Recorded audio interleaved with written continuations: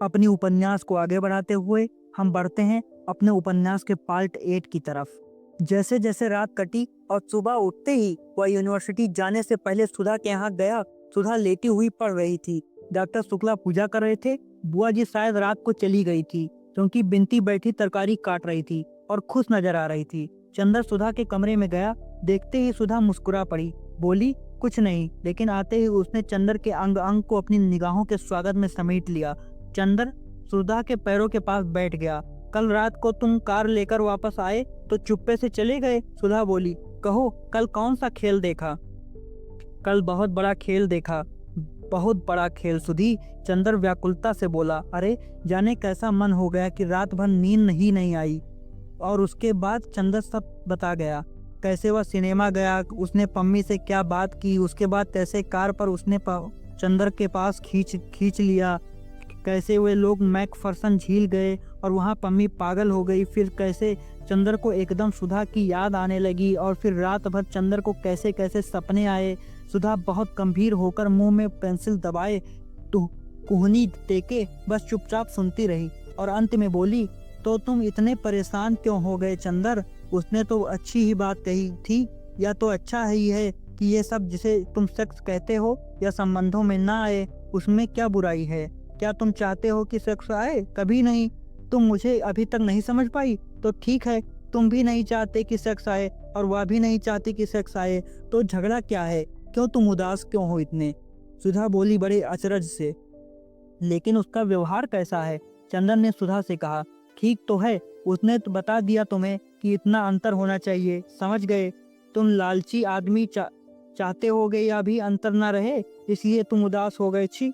होठों में मुस्कुराहट और आंखों में शरारत की झलक छिपाते हुए सुधा बोली। तुम तो मजाक करने लगी, चंदर बोला। सुधा सिर्फ चंदर की ओर देखकर मुस्कुराती रही। चंदर सामने लगी हुई तस्वीर की ओर देखता रहा। फिर उसने सुधा के कबूतरों जैसे उजले मासूम नन्हे पैर अपने हाथ में ले लिए और भर्राई हुई आवाज में बोला, सुधा तुम कभी हम पर विश्वास न हार बैठना। सुधा ने किताब बंद करके रख दी और उठकर बैठ गई। उसने चंदर के दोनों हाथ अपने हाथों में लेकर कहा, पागल कहीं के, हमें कहते हो अभी सुधा में बचपन है और तुम में क्या है? वाह रे छुई मुई के पुल, किसी ने हाथ पकड़ लिया, किसी ने बदन छू लिया तो घबरा गए। तुमसे अच्छी लड़कियां होती हैं। सुधा ने उसके दोनों हाथ झकझोरते हुए कहा, नहीं सुधी, तुम नहीं जा समझती। मेरी जिंदगी में एक ही विश्वास की चट्टान है, वह हो तुम। मैं जानता हूँ कि कितने ही जल प्रलय हो, लेकिन तुम्हारे सहारे मैं हमेशा ऊपर रहूंगा। तुम मुझे डूबने नहीं दोगी। तुम्हारे इशारे मैं लहरों से खेल भी सकता हूँ, लेकिन तुम्हारा विश्वास अगर कभी हिला तो मैं किन अंधेरी गहराइयों में डूब जाऊंगा या कभी मैं सोच नहीं पाता। चंदर बड़े कातर स्वर में कहा। सुधा बहुत गंभीर हो गई। क्षण भर वह चंदर के चेहरे की ओर देखती रही कि फिर चंदर के माथे पर झूलती हुई एक लट को देख ठीक करती हुई बोली, चंदर, और मैं किसके विश्वास पर चल रही हूँ? बोलो। लेकिन मैंने तो कभी नहीं कहा कि चंदर अपना विश्वास मत हारना। और क्या कहूँ? मुझे अपने चंदर पर पूरा विश्वास है, मरते दम तक विश्वास रहेगा। फिर तुम्हारा मन कितना डगमगा क्यों गया? बुरी बात है ना? चंदर ने सुधा के कंधे पर अपना सिर रख दिया। सुधा ने उसका हाथ लेकर कहा, लो, यहाँ छुआ तो पम्मी ने, यहाँ छुआ था पम्मी ने। उसका हाथ होठों तक ले आ गई। चंदर कांप गया। आज सुधा को यह क्या हो गया? लेकिन होठों तक हाथ ले जाकर झाड़ने फूकने की तरह। सुधा ने फूक कर कहा, जाओ, तुम्हारे हाथ से पम्मी के स्पर्श का जहर उतर गया। अब तो ठीक हो गए, पवित्र हो गए। छू मंतर। चंदर हंस पड़ा। उसका मन शांत हो गया। सुधा में जादू था, सचमुच जादू था। बिनती चाय ले आई, 2 प्याले। सुधा बोली,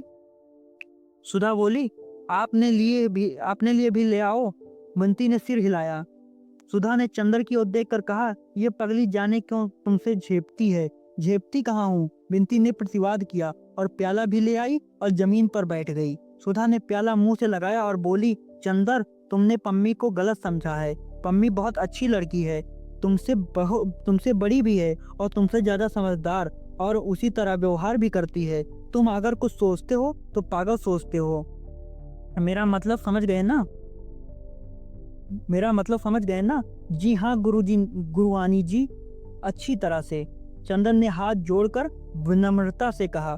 बिनती हंस पड़ी और उसकी चाय झलक गई। नीचे रखी हुई चंदर की जरीदार पेशावरी सैंडल भीग गई।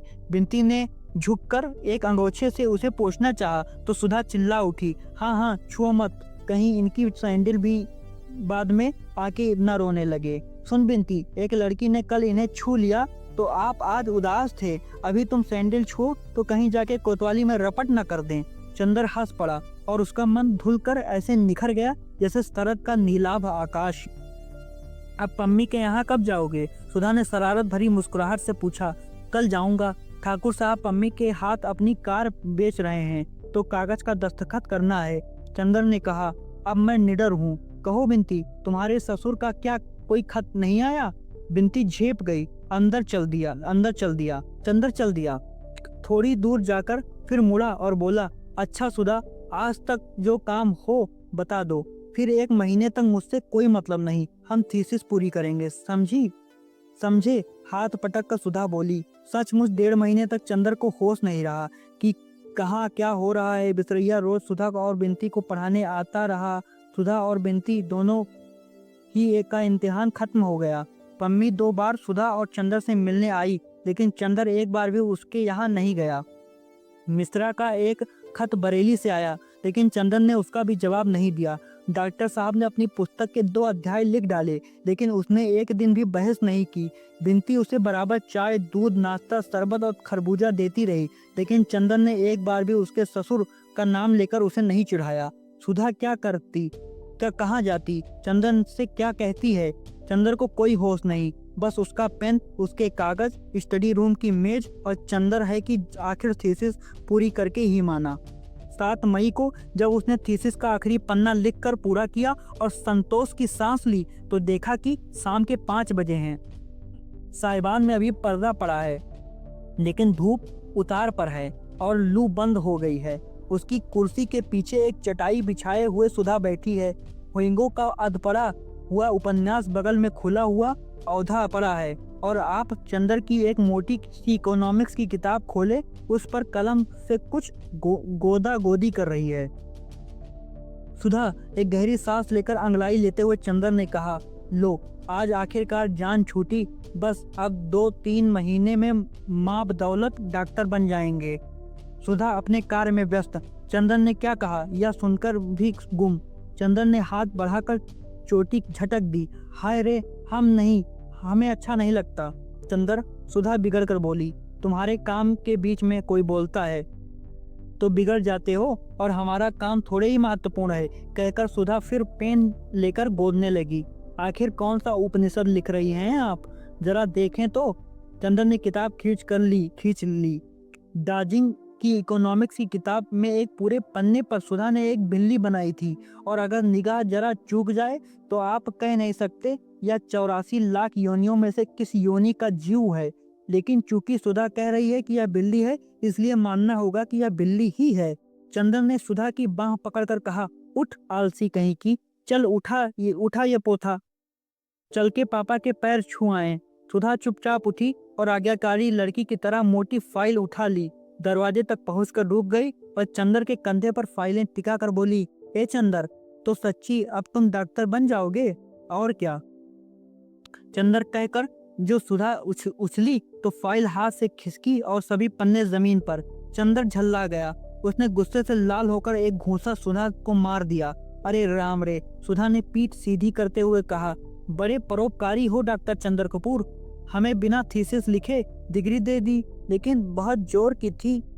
चंदर हंस पड़ा। खैर, दोनों पापा के पास गए, वे भी लिखकर ही उठे थे और शरबत पी रहे थे। चंदन ने जाकर कहा, पूरी हो गई, और झुककर पैर छू लिए। उन्होंने चंदर को सीने से लगाकर कहा, बस बेटा, अब तुम्हारी तपस्या पूरी हो गई, अब जुलाई से यूनिवर्सिटी में जरूर आ जाओगे तुम। सुधा ने पोथा कोच पर रख दिया और अपने पैर बढ़ाकर खड़ी हो गई। ये क्या? पापा ने पूछा। हमारे पैर नहीं छुएंगे क्या? सुधा ने गंभीरता से कहा। चल पगली, बहुत बदतमीज होती जा रही है, पापा ने कृत्रिम गुस्से से कहा। चंदर, बहुत सिर चढ़ी हो गई है, जरा दबा कर रखा करो, तुमसे छोटी है कि नहीं? अच्छा पापा, अब आज मिठाई मिलनी चाहिए, सुधा बोली। चंदन ने थीसिस खत्म की है, जरूर जरूर बेटी, डॉक्टर शुक्ला ने जेब से 10 का नोट निकाल कर दे दिया।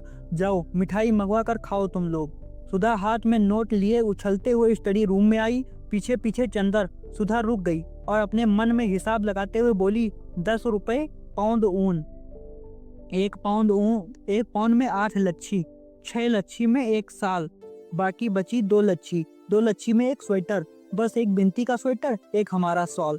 चंदर का माथा टनका। अब मिठाई की उम्मीद नहीं, फिर भी कोशिश करनी चाहिए। सुधा, अभी से साल क्या करोगी, अभी तो बहुत गर्मी है। चंदर बोला, अब की जाड़े में तुम्हारा ब्याह होगा तो आखिर हम लोग नई नई चीज का इंतजाम करें ना। अब डॉक्टर हुए, अब डॉक्टर नहीं आएंगी। सुधा बोली। खैर, बहुत मनाने बहलाने फुसलाने पर सुधा मिठाई मंगवाने को राजी हुई। जब नौकर मिठाई लेने गया तो चंदर ने चारों ओर देखकर कहा, कहाँ गई बिनती, उसे भी बुलाओ, कि अकेले अकेले खा लोगी, वह पढ़ रही है मास्टर साहब से। क्यों, इम्तिहान तो खत्म हो गया, अब क्या पढ़ रही है, चंदर ने पूछा।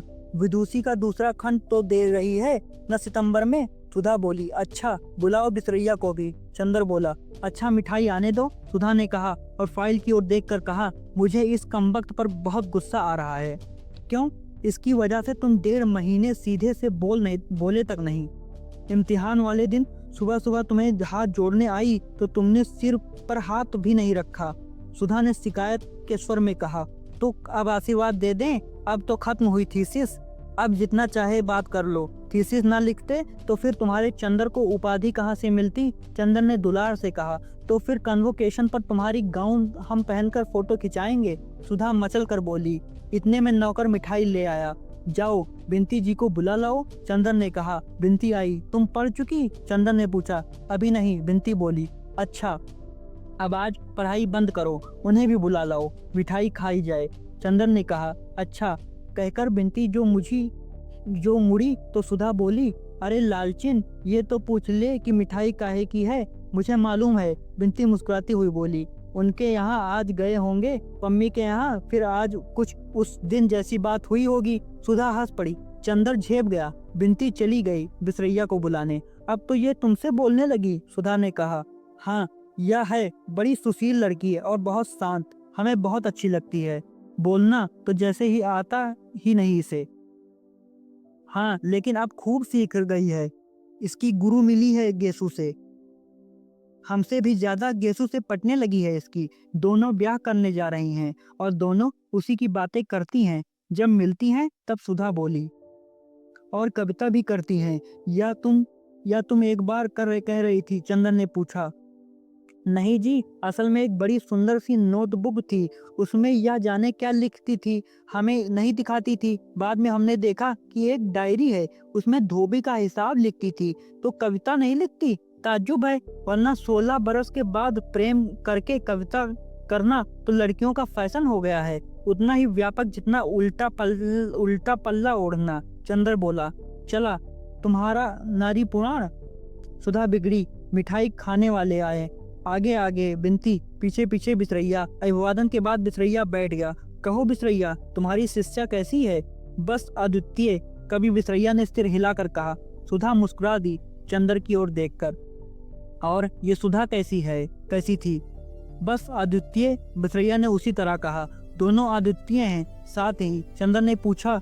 सुधा और बिनती दोनों हंस दी। बिसरैया नहीं समझ पाया कि उसने कौन सी हंसने की बात की थी, और जब नहीं समझ पाया तो पहले सिर खुजलाने लगा, फिर खुद भी हंस पड़ा। उसकी हंसी पर तीनों और हंस पड़े। चंदर मास्टर साहब भी खूब हैं। एक दिन बिनती को महादेवी की वह कविता पढ़ा रहे थे, विरह का जल जात जीवन, तो पढ़ते पढ़ते बड़ी गहरी सांस भरने लगे। चंदर और बिनती दोनों हंस पड़े।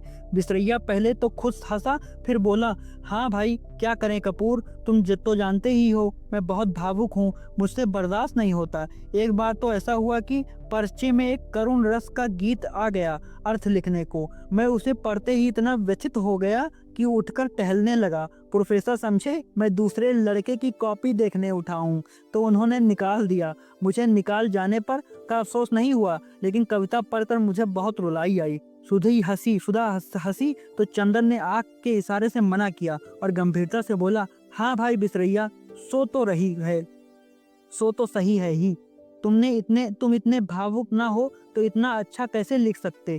तो तुमने पर्चा छोड़ दिया? हाँ, मैं पर्चे वगैरह की क्या परवाह करता। मेरे लिए इन सभी वस्तुओं का कुछ भी अर्थ नहीं। मैं भावना की उपासना करता हूँ।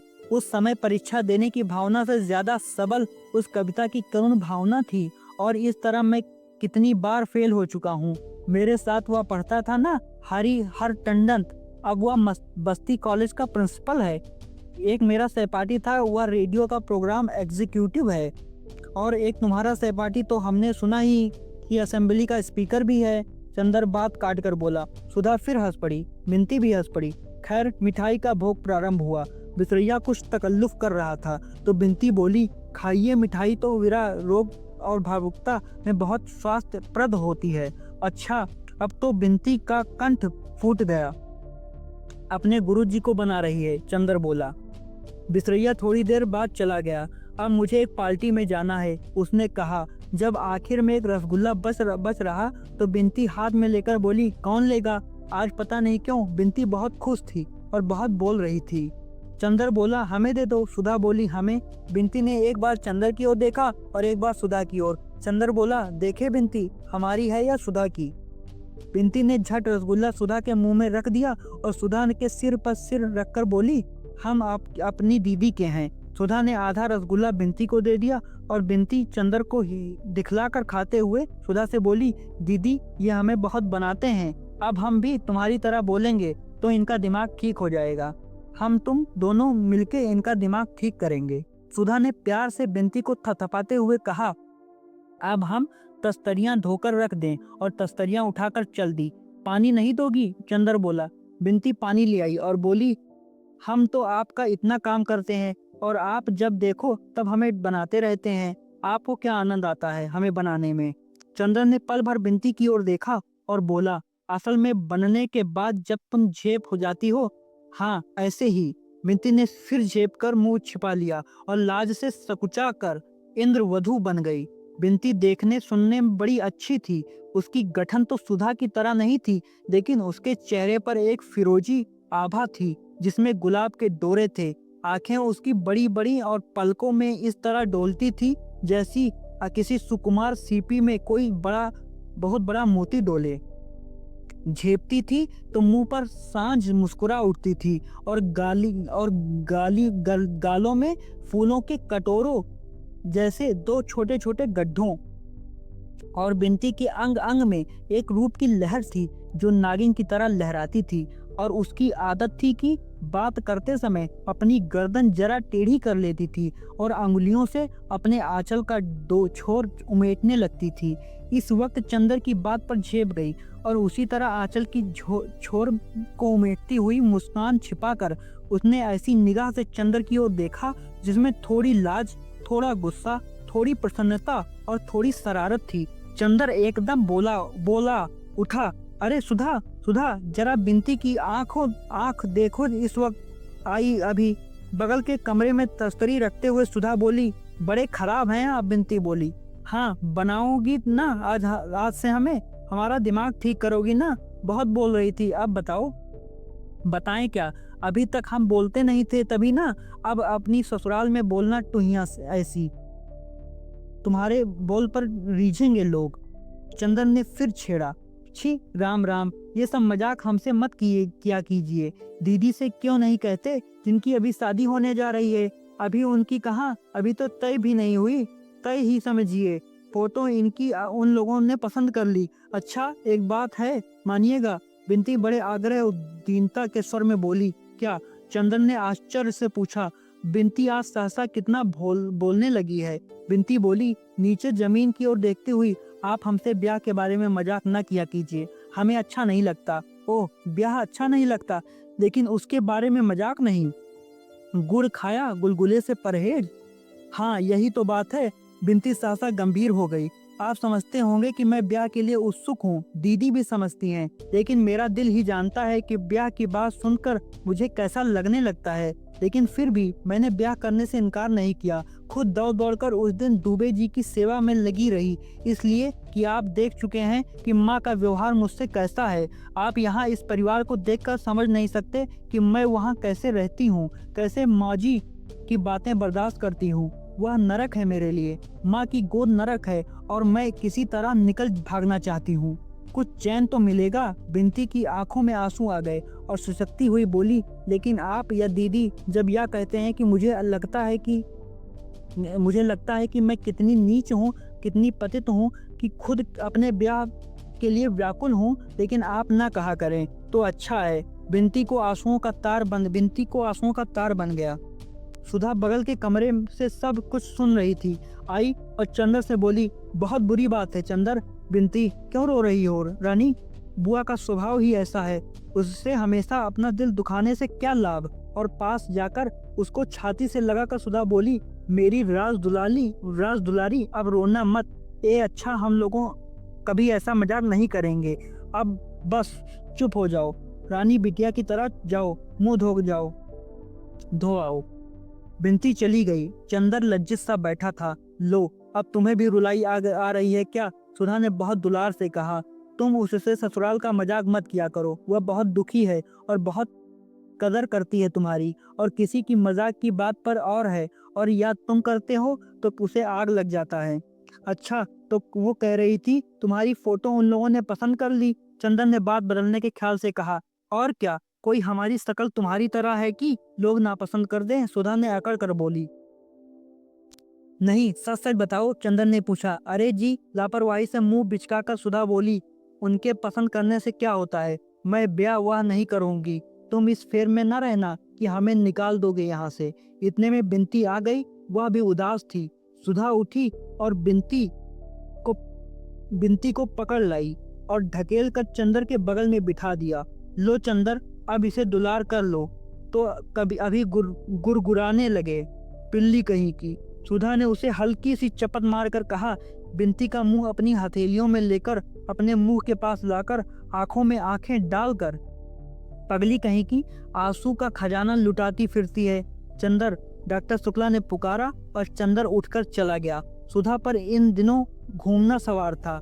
सुबह खुई की चप्पल पहनी और गायब। गेसु, कामनी, प्रभा, लीला, शायद ही कोई लड़की बची होगी जिसके यहाँ जाकर सुधा उधम न मचा आती हो और चार सुख दुख की बातें न कर आती हो।